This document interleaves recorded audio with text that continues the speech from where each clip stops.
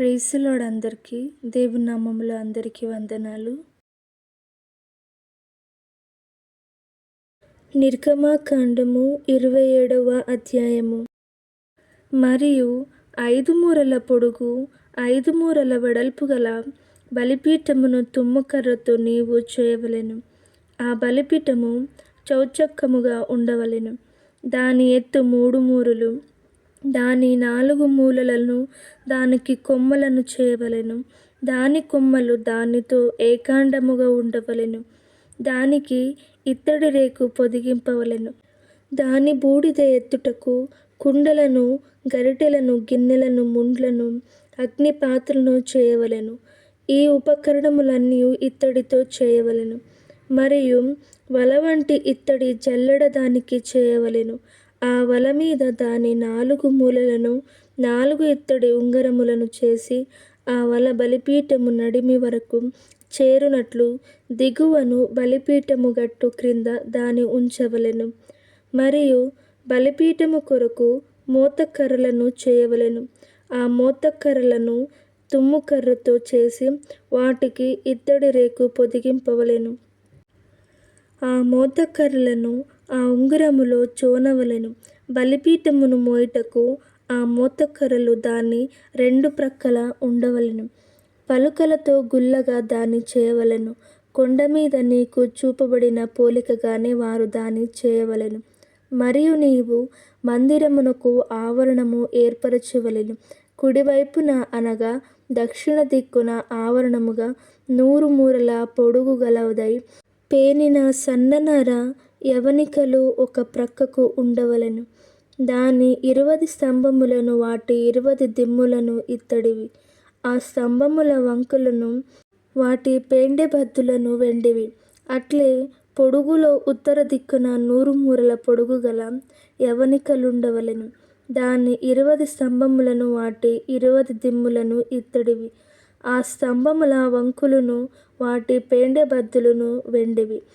పడమటి దిక్కున ఆవరణపు వెడల్పు కొరకు 50 మూరల యవనికలుండవలెను. వాటి స్తంభములు 10, వాటి దిమ్ములు 10.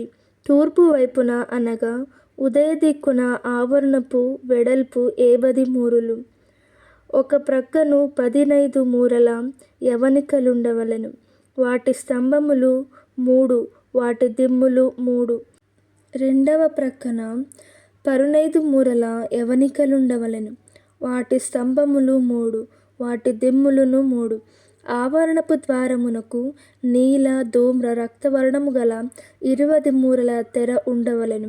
అది పేనిన సన్ననారతో చిత్రకారుని పనిగా ఉండవలెను. దాని స్తంభములు 4, దాని దిమ్ములు 4. ఆవరణము చుట్టూన్న స్తంభములన్నీ వెండి పెండెబద్దలు కలవి. వాటి వంకులు వెండివి, వాటి దిమ్ములు ఇత్తడివి. ఆవరణపు పొడుగు 100 మూరలు, దాని వెడల్పు 50 మూరలు, దాని ఎత్తు 5 మూరలు. అవి పేనిన సన్ననారవి, వాటి దిమ్ములు ఇత్తడివి. మందిర సంబంధమైన సేవోపకరణములన్నీ, మేకులన్నీ, ఆవరణపు మేకులన్నీ ఇత్తడివై ఉండవలెను. మరియు దీపము నిత్యము వెలిగించునట్లు ప్రతి దీపమునకు దంచి తీసిన అచ్చపు ఒలీవ నూనె తేవలెనని ఇశ్రాయేలీయులకు ఆజ్ఞాపించుము. సాక్ష్యపు మందసము ఎదుట ఉన్న తెరకు వెలుపల ప్రత్యక్షపు గుడారములో అహరోనును అతని కుమారులను సాయంకాలం మొదలుకొని ఉదయము వరకు యెహోవా సన్నిధిని దాన్ని సవరింపవలెను. అది ఇశ్రాయేలీయులకు వారి తరతరముల వరకు నిత్యమైన కట్టడ. నిర్గమకాండము 28వ అధ్యాయము. మరియు నాకు యాజకత్వము చేయుటకై నీ సహోదరుడైన అహరోనును అతని కుమారులను అనగా అహరోను కుమారులైన నాదాబును, అబీహును, ఎలియాజరును, ఈతామారును ఇశ్రాయేలీయుల నుండి నీ యొద్దకు పిలిపింపుము. అతనికి అలంకారమును ఘనతయు కలుగునట్లు నీ సహోదరుడైన అహరోనుకు ప్రతిష్ఠిత వస్త్రములను కుట్టవలెను. అహరోను నాకు యాజకుడగునట్లు నీవు అతని ప్రతిష్ఠించుదువు. అతని వస్త్రములను కుట్టుటకై నేను జ్ఞానాత్మతో నింపిన వివేక హృదయులందరికీ ఆజ్ఞయిమ్ము. పతకము, ఏఫోదు నిలువుటంగి, విచిత్రమైన చొక్కాయి, పాగా దట్టి వారు కుట్టవలసిన వస్త్రములు.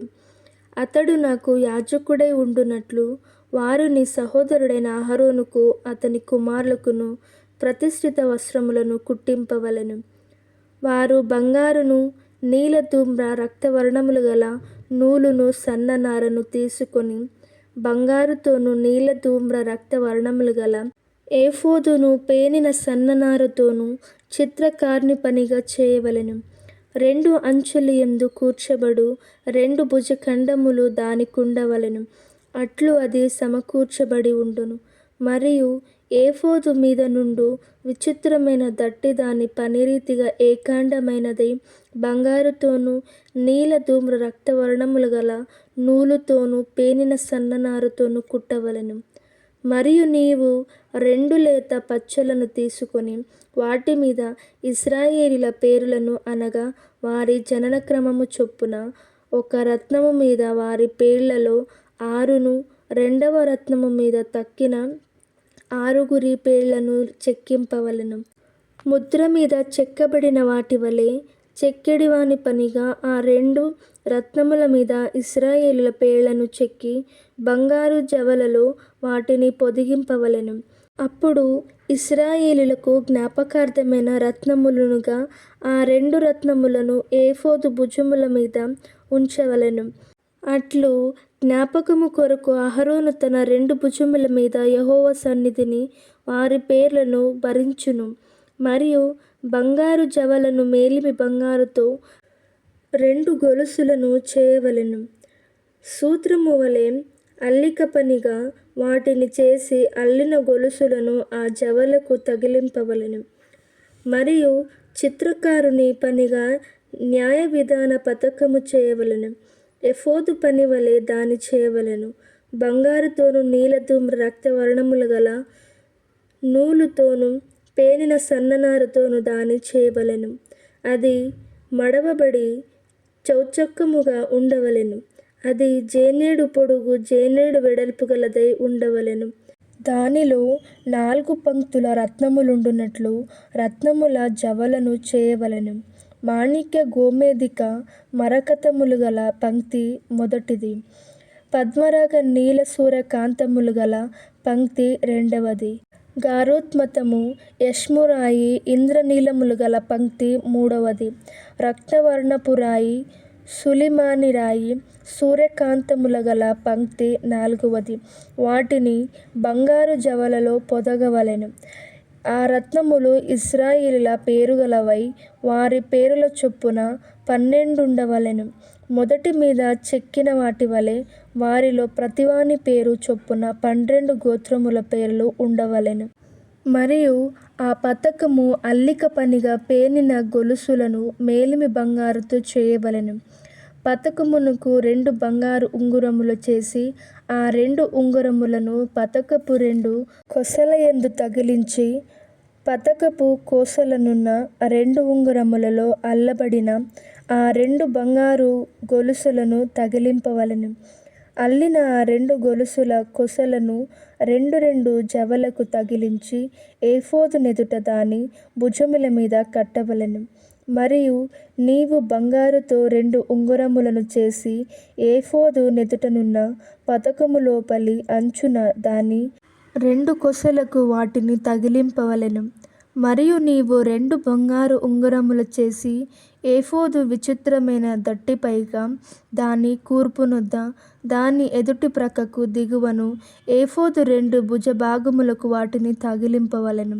అప్పుడు పతకము ఏఫోదు విచిత్రమైన దట్టికి పైగా ఉండునట్లు అది ఏఫోదు నుండి వదలక ఉండునట్లును వారు దాని ఉంగరములకు ఏఫోదు ఉంగరములకు నీలి సూత్రముతో పతకము కట్టవలెను. అట్లు అహరోను పరిశుద్ధ స్థలములోనికి వెళ్ళునప్పుడు అతడు తన రొమ్ము మీద న్యాయ విధాన పతకములోని ఇశ్రాయేలీయుల పేర్లను నిత్యము యెహోవా సన్నిధిని జ్ఞాపకార్థముగా బరింపవలెను. మరియు నీవు న్యాయ విధాన పతకములో ఊరీము తుమ్మీము అను వాటిని ఉంచవలెను. అహరోను యెహోవా సన్నిధికి వెళ్ళినప్పుడు అవి అతని రొమ్మున ఉండునట్లు అహరోను యెహోవా సన్నిధిని తన రొమ్మున ఇశ్రాయేలీయుల న్యాయ విధానమును నిత్యము భరించును. మరియు ఏఫోదు నిలువటంగిని కేవలము నీలి దారముతో కుట్టవలెను. దాని నడుము తలదూరుటకు రంధ్రము ఉండవలెను.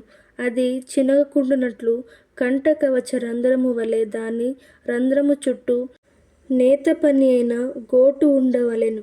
దాని అంచుల చుట్టూ నీలధూమ్ర రక్తవర్ణములు గల దానిమ్మ పండ్లను, వాటి నడుమను బంగారు గంటలను నిలువటంగి చుట్టూ తగిలింపవలెను.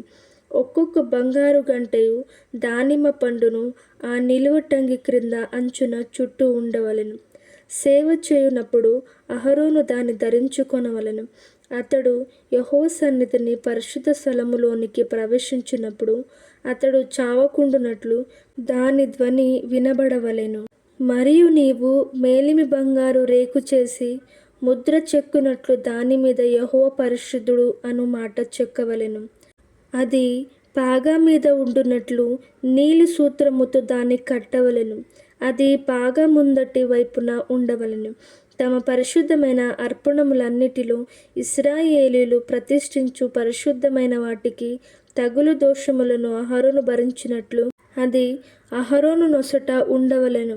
వారు యెహోవా సన్నిధిని అంగీకరింపబడునట్లు అది నిత్యమును అతని నొసట ఉండవలెను. మరియు సన్ననారతో చొక్కాయిని బుట్టాపనిగా చేయవలెను. సన్ననారతో పాగాను నేయవలెను. దట్టిని బుట్టాపనిగా చేయవలెను. అహరోను కుమారులకు నీవు చొక్కాయిలను కుట్టవలెను. వారికి దట్టిలను చేయవలెను. వారికి అలంకారమును ఘనతయు కలుగునట్లు కుళ్ళాయిలను వారికి చేయవలెను. నీవు నీ సహోదరుడైన అహరోనుకు అతని కుమారులకును వాటిని తొడిగింపవలెను. వారు నాకు యాజకులగునట్లు వారికి అభిషేకము చేసి వారిని ప్రతిష్ఠించి వారిని పరిశుద్ధపరచవలెను. మరియు వారి మానమును కప్పుకొనుటకు నీవు వారికి నారాలగులను కుట్టవలెను. వారు ప్రత్యక్షపు గుడారములోనికి ప్రవేశించినప్పుడైనను పరిశుద్ధ స్థలములో సేవ చేయుటకు బలిపీఠమును సమీపించినప్పుడైనను వారు దోషులై చావకుండునట్లు అది అహరోను మీదను అతని కుమారుల మీదను ఉండవలెను. ఇది అతనికి అతని తరువాత అతని సంతతికి నిత్యమైన కట్టడ.